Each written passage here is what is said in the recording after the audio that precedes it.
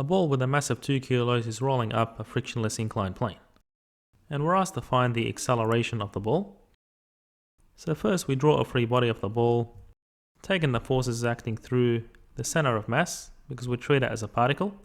So we have the force of weight and the normal force.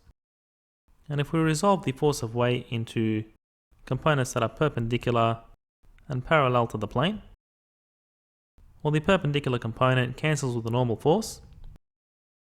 So therefore the net force is to the left, directed along the incline, and therefore the acceleration is in the direction of the net force. We have theta is equal to 30 degrees over here.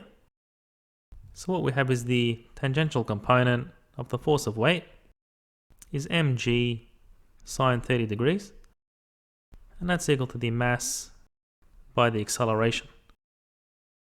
And the mass of the ball cancels, and sine 30 degrees is 1/2. So we have A is equal to G on 2.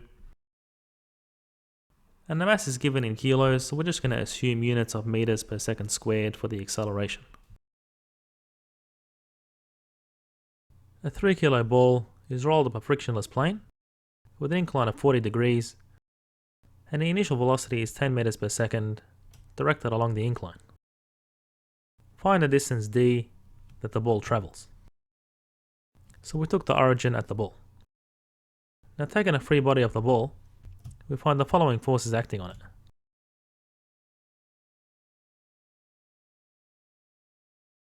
So the force of weight and a normal force. And we can see that if we resolve the force of weight into parallel and perpendicular components of the plane, well, the net force is to the left. So the acceleration is going to act in the direction of the net force. And taking our positive directions as follows, we're going to apply Newton's second law along the parallel direction. So we have minus the force of weight, sine theta, where this theta angle is equal to the incline of the plane. And that's equal to minus the mass by the acceleration. And solving for the acceleration, so substituting for the following values, you'll get the acceleration. And to find the distance, well, we know the initial velocity. We know the final velocity when the ball stops is 0. So we can use the following kinematic equation, given the acceleration is constant.